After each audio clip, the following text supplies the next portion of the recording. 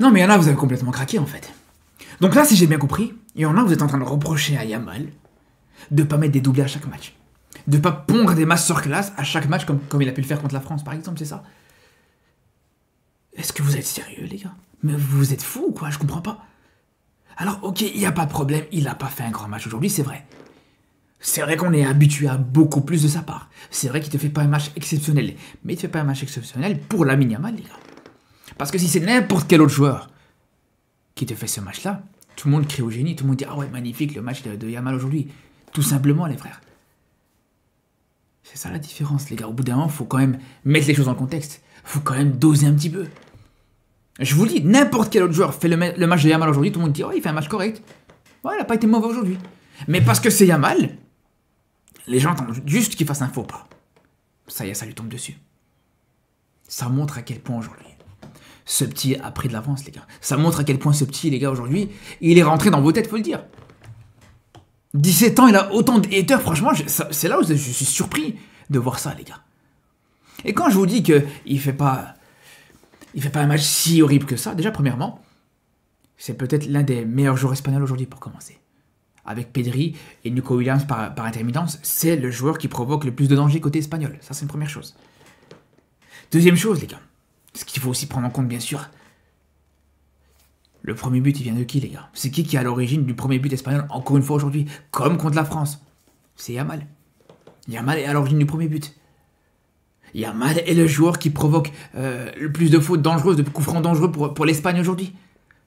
Alors ouais, il t'a pas mis un doublé, ouais, il t'a pas mis 3 passes D, ok, il n'y a pas de problème là-dessus.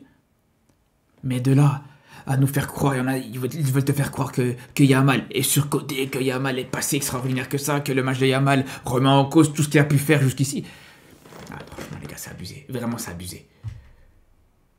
Et c'est ça votre problème, les gars. Vous voyez? Et est-ce que vous remettez pas aussi dans le contexte? C'est qu'encore aujourd'hui, les gars. Moi, la question que je me pose, c'est pas pourquoi Yamal n'a pas été bon aujourd'hui, ou pourquoi Yamal n'a pas été extraordinaire, c'est plutôt comment Yamal a réussi à être aussi bon contre la France en étant aussi mal entouré. Et je vous l'avais dit, les gars, je vous l'avais dit, même quand Yamal a gagné et quand Yamal a mis ce doublé contre la France et a fait un match exceptionnel contre la France, je vous avais dit, ça me surprend de voir un Yamal à ce niveau-là, que je ne m'attendais pas à ce qu'il soit à ce niveau-là, les gars. Parce que, voilà, comme tout ailier, les gars, comme tout bon ailier, il a besoin d'un bon latéral à côté de lui, ou derrière lui.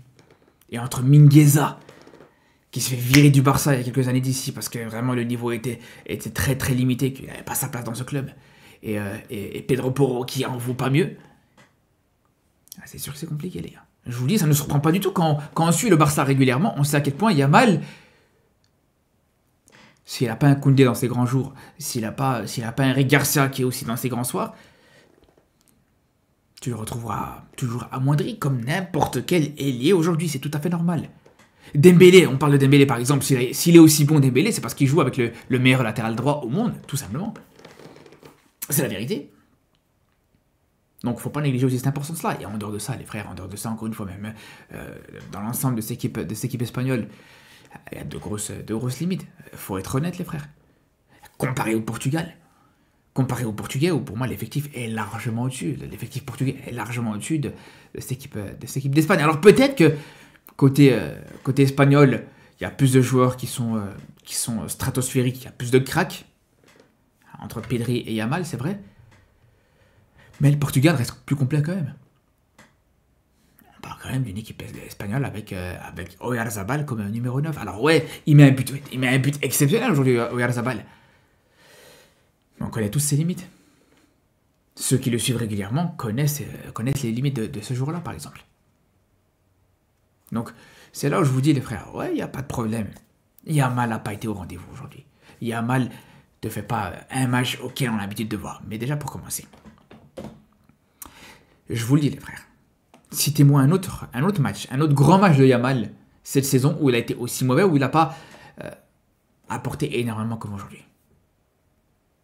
Je vous le dis, les gars, il n'y en a pas.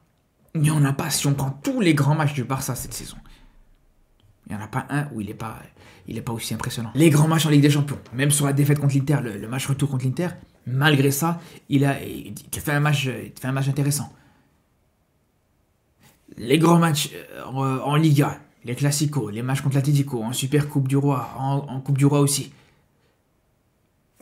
Donc celle-là, il faut remettre les choses en contexte. Alors je comprends, voilà, voilà, la course au Ballon d'Or. Voilà, cette concurrence, etc. avec Dembélé. C'est vrai, ça, c'est à prendre en compte. Mais ce qui n'empêche pas, les gars, c'est que le match de Dembélé contre l'Espagne, personne n'en a parlé, les gars. Alors que si on compare les deux matchs, si on compare le match de Dembélé contre l'Espagne en demi-finale et le match de Yamal aujourd'hui, pour moi, ça se vaut. Je pense que le match de Yamal est au-dessus. Et comme je vous dis, les gars, Yamal est directement ou indirectement décisif sur le premier but.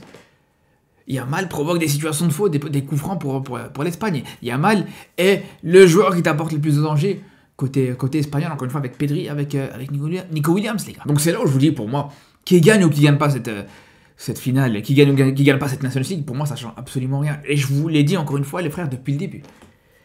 Vous pouvez retourner voir ma vidéo d'avant-match. Avant le match France-Espagne, où je vous disais, pour moi, ce qui compte, c'est pas la Nations League.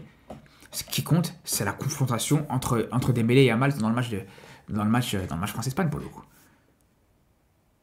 Donc, le fait que j'ai fait cette vidéo d'avant-match, ça permet au final de rajouter un petit peu de poids à ce que je vous dis aujourd'hui, parce que là, on pourrait dire, ouais, mais non, mais c'est parce que comme par hasard, Yamal n'a pas gagné cette Nations League. À aucun moment, les gars, j'ai parlé du fait que si Yamal prenait cette Nations League, ça allait être un trophée important, un trophée majeur qui pourrait gagner des points pour le Ballon d'Or. Ça aurait été que du bonus au final. Un petit bonus en plus, pourquoi pas, bien sûr. Mais pour moi, l'enjeu de cette Nations League, c'est la confrontation contre Dembélé. Le match dans ce match France-Espagne, tout simplement, les frères. Maintenant, voilà, la saison de Yamal, elle est terminée. Il y a eu du bon, il y a eu du moins bon, il y a eu des choses positives, des choses négatives, c'est sûr et certain. J'aurai l'occasion de revenir sur ça dans les prochains jours. Je ferai une vidéo, les gars, que je prépare depuis un petit moment, où je vais vous donner tous mes arguments qui font que, pour moi, Yamal doit prendre ce Ballon d'Or. Parce que, les gars, je vous le dis, pour moi, même s'il fait un mauvais match aujourd'hui, même s'il n'a pas gagné la Ligue des Nations, même s'il n'a pas pris la Champions League, ce joueur est le meilleur joueur du monde actuellement. Et ça, vous pouvez me dire ce que vous voulez. Ou vous pouvez argumenter autant que vous voulez, les gars. C'est une réalité qu'on ne peut plus nier, les frères. La réalité, elle est devant nos yeux. Mais comme je vous dis, voilà, je sais que ça ne suffit pas, bien sûr. Il y aura des arguments. Il y aura des arguments, les gars, pour moi, qui sont implacables là-dessus. Après, bien sûr, les gars, ne me faites pas dire ce que j'ai pas dit. C'est clair que Yamal doit prendre ce Ballon d'Or. Yamal mérite ce Ballon d'Or. Mais pour être honnête avec vous, les frères, c'est un Dembélé qui le prend. Ça serait pas du vol non plus, faut être honnête. Pour moi, il y a beaucoup de choses qui font qu'Yamal le mérite plus, mais bien sûr que Dembélé le mérite aussi.